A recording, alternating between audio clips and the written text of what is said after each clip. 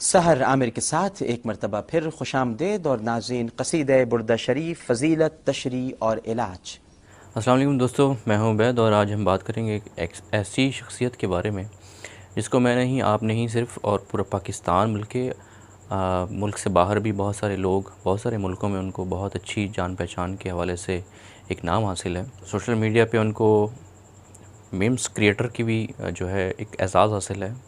Recently कुछ अरसे से सियासत में भी उनका बेहतरीन असर रसूख रहा, लेकिन इसके साथ साथ बहुत जगह बहुत हद तक उनके ख़िलाफ़ इल्ज़ाम तराशी भी हुई, उनकी तरफ से गलतियाँ भी सामने आईं। किसी ने कुछ कहा, किसी ने कुछ कहा, किसी ने मजाक उड़ाया, किसी ने तंज़ किया और किसी ने सिर्फ़ हल्के में लिया। तो आप समझ गए होंगे हम बात करना चाह रहे हैं डॉक्टर आमिर लियाकत हुसैन मरहूम के बारे में, चलो चलो चलो। जिनकी आज मुर्खा 9 जून 2022 को डेथ हो चुकी है। स्टार्टिंग कॉज जो है वो न्यूज़ में सुबह से बताया जा रहा था कि जनरेटर कमरे के अंदर या फिर घर के अंदर चलते रहने की वजह से उसकी धुएं की बाइस जो है उनकी मौत हुई है, लेकिन ऐसा हो तो नहीं सकता। इसके हवाले से उनकी पोस्टमार्टम की रिपोर्ट्स भी अभी आनी बाकी हैं और अभी तहकीकाती जो रिपोर्ट है वो भी 3 रुकनी एक टीम बनाई गई है गवर्नमेंट की तरफ से, जो उनकी मौत की वजूहात के बारे में मुकम्मल तहकीक करेंगे। सोशल मीडिया से भी वो गायब हो चुके हैं। उसकी थी वो जो वजूहात बनी थी वो उनकी तीसरी और आखिरी बीवी दानिया आमिर के नाम से जो हैं, जिनका ताल्लुक़ बहावलपुर से बताया जाता है। और थोड़ा ही अरसा शादी चली और उसके बाद उन्होंने तनसीख का दावा किया, बहुत सारी वजूहात बताई, गालम गलोच, नशे की आदत और बहुत सारी इस तरह की नेगेटिव चीज़ें बताई गई। और इस पर खुश आइन बात मुझे जो अच्छी लगी वो ये कि आमिर लियाकत साहब का जो है उस पर अपनी बीवी के हवाले से रिएक्ट, इस तरह के इल्ज़ामात थे या हक़ाइक़ थे जो भी था, लेकिन उस पर एक शौहर होने के नाते और एक मुल्ज़िम होने के नाते उन्होंने उस तरह रिएक्ट नहीं किया जिस तरह आम तौर पर लोग करते हैं या आम तौर पर सोसाइटी में शौहर भी करते हैं अमूमन। तो इस तरह का रिएक्शन नहीं दिया गया। जैसे कि वीडियोस कुछ लीक की थी दानिया आमिर ने, सोशल मीडिया को दिखाई थी और इसके अलावा उन्होंने कुछ संगीन इल्ज़ामात भी लगाए, जो सच हैं या नहीं हैं हम भी जानते हैं, आप भी जानते हैं बहुत सारी चीज़ें। आज कौन बंदा है जो दागदार नहीं है या किसका दामन है जो बिल्कुल पाक है, साफ़ है, ऐसा तो मुमकिन नहीं है। लेकिन वो वीडियोस और ऑडियो रिकॉर्डिंग्स और वो इल्ज़ाम और वो बातें, वो सब कुछ जो है देखने सुनने के बाद पूरी सोशल मीडिया जो है वो इस चीज़ का भी इंतज़ार कर रही थी कि अब आमिर भाई की तरफ से जो है वो ज़बरदस्त रिएक्ट आने वाला है, वहाँ से भी वीडियोस आएंगी और ये होगा और वो होगा। लेकिन उस बंदे की मुझे एक बात बहुत अच्छी लगी कि उसने एक बहुत अच्छी चीज़ अपने बयान में बताई थी, जब लास्ट टाइम उन्होंने एक वीडियो बयान जारी किया था कि एक शौहर होने के नाते, मेरा हक़ नहीं बनता कि मैं मुकाबले करते हुए अपनी बीवी के इस तरह के बयानात और वीडियो ऑडियो लीकिंग और इल्ज़ामात और इन सब चीज़ों के जवाब में मैं भी उन्हीं की तरह उन्हीं की तज़लील करते हुए ख़ुद को बेहतरीन या मज़बूत या ताकतवर साबित करूं। तो ये एक शौहर को कम अज़ कम ज़ेब नहीं देता। वैसे तो ये बीवी को भी ज़ेब नहीं देता कि घर की चारदीवारी की बातें या घर के मामलात या कमरी, देखें अज़दवाजी ज़िंदगी हर इंसान का, कि हर बंदा अपने अपने घर का ख़ुद मालिक है, कफ़ील है, हक़ रखता है, राइट्स हैं उसके, कुछ हकूक़ हैं।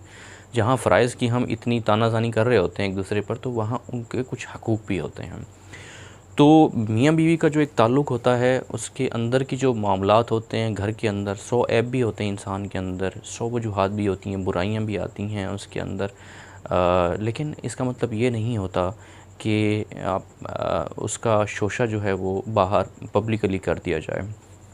यहाँ तक तो ठीक था कि दानिया आमिर की शादी हुई आमिर लियाकत के साथ, आमिर लियाकत की वजह से उनको फ़ेम भी मिला, नो डाउट। यहाँ पसंद की बात आती है तो वहाँ भी पसंद के बाद उनमें ऐब निकले तब भी आपका ये नहीं बनता था कि आप लोगों के सामने इस तरह उनकी बुराइयां लेके आएँ या उनके राज फाश करें।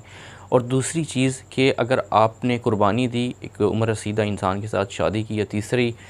दूसरी 2 दफ़ा शादी होने वाले मर्द के साथ तीसरी शादी आपने की है, तो ये इसके बाद भी आपका ये कोई एहसान नहीं बनता कि आप उन पर इस तरह के इल्ज़ामात लगाएं या इस तरह उनके राज फाश करें। कि एक मियाँ बीवी का जो एक मुक़द्दस रिश्ता है कि चार दीवारी के बीच में वो चाहे शौहर हो या बीवी हो, तो दोनों का ये हक़ नहीं बनता कि वो अपनी ज़ाती लड़ाई या किसी भी वजूहात की बिना पर जो है पब्लिकली इस तरह के बयानात दे, अंदर की वीडियोस, नाज़िबा वीडियोस, तो ये नहीं बनता। कल को आमिर लियाकत की तरफ जगह कोई भी हो सकता है, तो इसका मतलब ये नहीं है कि इस ट्रेंड को आम कर दिया जाए। भाई ये मैं न्यूट्रल बात करना चाह रहा हूँ कि इस चीज़ से हट कर कि ये बात नहीं बनती है,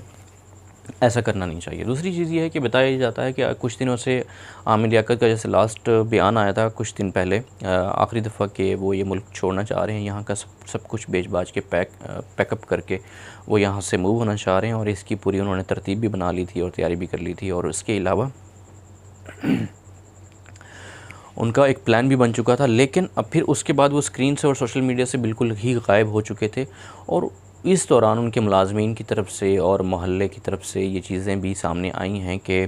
वो बहुत ज़्यादा ज़हनी अज़ियत का शिकार थे। अब लोग ये भी यहाँ लोगों के एक बयानात हैं, आमिर लियाकत और ज़हनी अज़ियत, नो नो नो नो भाई, क्यों? इंसान नहीं है, रोबोट है, उसमें उसके अंदर सॉफ्टवेयर लगा हुआ है, सिस्टम लगा हुआ है कि नया लगा लेंगे, हीटअप है तो कूल कर लेंगे, एसी में रखेंगे, सब सेट हो जाएगा। यार उसके जज्बात हैं। बहरहाल लाजमी सी बात है, इंसान हो और उसको ज़हनी तकलीफ़ ना हो, ये तो मुमकिन हो ही नहीं सकता। चाहे जितना अमीर हो, टैलेंटेड हो, बहुत सारी खूबियों का मालिक हो, बहुत ज़्यादा मजबूत हो, ताकतवर हो, बादशाह हो, फ़कीर हो, कोई भी हो, ज़हनी अज़ियत का शिकार होने के लिए कोई एक वजह चाहिए होती है, और उस वजह को दूर करना ज़रूरी नहीं कि हर इंसान के बस में हो। ये सब चीज़ें खुदा की देन होती हैं, और खुदा की तरफ से आजमाइश भी होती हैं, सज़ाएँ भी होती हैं, और इस किसके लिए क्या आजमाइश है और क्या सज़ा है और क्या कबूलियत की बेहतरीन एक तरीका है, ये सब का फ़ैसला मेरे रब के हाथ में है। अब जब उनका इंतकाल हो चुका, तो बहुत सारे लोगों के बहुत सारे इस तरह के व्यूज़ भी आ रहे हैं कि नाउज़ बिल्लाह, अल्लाह माफ़ करे, मर गया हरामी, ये हो गया, वो हो गया, लाइक इस तरह के कमेंट्स, और ये सब कुछ कुछ लोगों को, बहुत सारे लोगों ने अफ़सोस का इज़हार भी किया, बहुत सारे लोगों ने उनके लिए दुआ भी की। ये सोशल मीडिया पर लिखी पढ़ी बातें बता रहा हूँ। तो हमें मजमूई तौर पर देखें, अल्लाह ख़ुद फरमाता है कि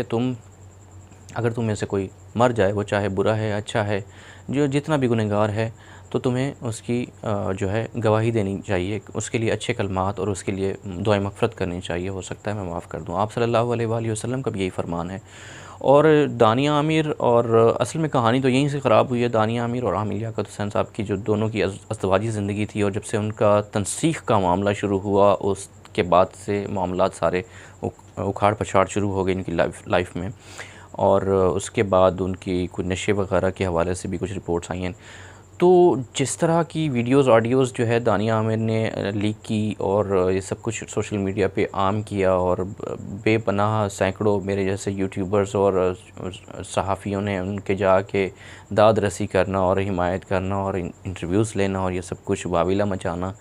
तो ये सब कुछ एक बंदे की ज़िंदगी तबाह करके ले गया। आप सल्लल्लाहु अलैहि वसल्लम ने के पास जो है एक सहाबी जो हैं पेश हुए, अल्लाह ताला कमी बेशी माफ़ करे। तो उन्होंने अर्ज़ की आप सल्लल्लाहु अलैहि वसल्लम के अपनी बीवी के बारे में कि उनमें कोई उज़र है, या उनकी कोई बात ऐसी है, या कोई उनकी बुराई है, या उनके अंदर कोई ऐसी कमी है या कोताही है या कोई गुनाह है कि जिसकी वजह से मेरा गुज़ारा मुश्किल है, तो मुझे क्या करना चाहिए। तो आप सल्लल्लाहु अलैहि वसल्लम ने फ़रमाया उनसे कि अगर उसमें कोई ऐब है, कोई गलती है, कोई गुनाह है, कोई वजह है, तो मुझे क्यों बताते हो? मतलब वो तुम्हारा एक राज़ है, तो वो तुम राज़ मेरे साथ क्यों शेयर करती हो, मेरे साथ क्यों बांट रहे हो? मुझे नहीं बताओ। अगर तुम्हारा उससे गुज़ारा मुमकिन नहीं, अगर तुम ये चीज़ें सब कुछ बर्दाश्त नहीं कर सकते, या तुम्हारी बर्दाश्त से बाहर है, या वो शरीयत से बाहर जा रही है, या उस गुनाह की मुर्तकिब है, तो बस बेहतर है कि तुम उसे छोड़ दो, बजाय इसके कि तुम मुझे या किसी और को उसके ऐब के बारे में गवाह बनाओ या बताओ।